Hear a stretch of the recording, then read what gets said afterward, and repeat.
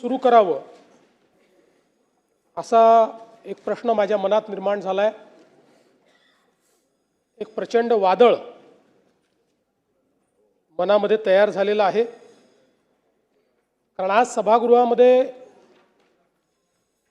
ज्या शोक प्रस्तावासाठी आपण सर्व लोक एकत्रित आहोत, कधीच कल्पना केली नव्हती की अशा प्रकारचा शोक प्रस्ताव हा आपल्याला या ठिकाणी त्याच्यावर व्यक्त व्हावं लागेल। खरं म्हणजे सहज बाजूला नजर गेली तर नेहमीच खुर्चीत दादा असायचे आणि सभागृहामध्ये तर सुरुवातीपासून तर रात्री उशिरापर्यंत कितीही काळ सभागृह चाललं तरी आपल्या जागी बसलेले दादा हे आपल्याला या ठिकाणी पाहायला मिळायचे। आज दुर्दैवाने ते आपल्यामध्ये नाहीत, याची निश्चितपणे खंत आहे। खरं तर यावर्षी दादांनी 12वा अर्थसंकल्प मांडला असता, पुढच्या वर्षी 13वा अर्थसंकल्प मांडून बॅरिस्टर शेषरावजी वानखेडे यांचा जो विक्रम आहे त्याची बरोबरी केली असती आणि कदाचित पुढच्या काळामध्ये महाराष्ट्राच्या इतिहासात सर्वाधिक अर्थसंकल्प मांडणारे अर्थमंत्री म्हणून दादांचं या ठिकाणी कार्य राहिलं असतं। पण अचानकपणे दादा आपल्यातनं निघून गेले आणि यावेळी हा अर्थसंकल्प मांडण्याची जबाबदारी या ठिकाणी माझ्यावर आली। खरं म्हणजे अर्थसंकल्पाच्या संदर्भात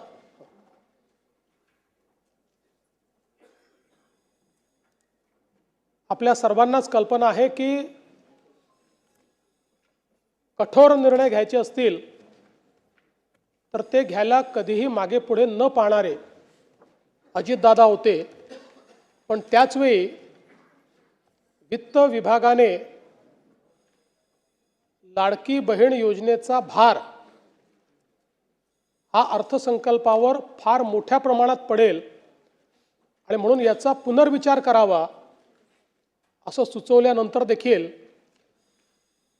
त्या ठिकाणी ठामपणे निर्णय घेऊन तो विषय मंत्रिमंडळापुढे आणण्याचं काम करणारे देखील अजितदादा होते। आणि आपल्या सगळ्यांना आठवतं की लाडकी बहीण योजनेनंतर अजितदादांनी गुलाबी जॅकेट घालणं सुरू केलं होतं आणि आम्हालाही सगळ्यांना ते जॅकेट घालायला लावलं होतं।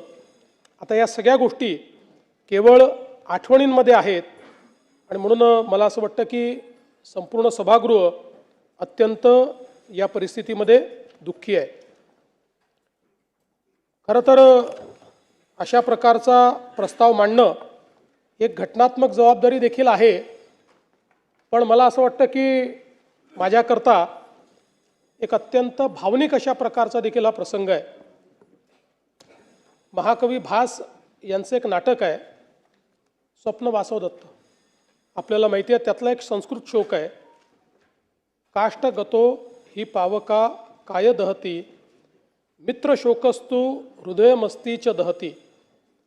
याचा अर्थ असा आहे की लाकूड जळते तेव्हा तो अग्नी केवळ शरीर जाळतो, पण मित्रशोक हा हृदय आणि अस्थिलाही अर्थात आपल्या अंतस्थ आत्म्यालाही जाळतो।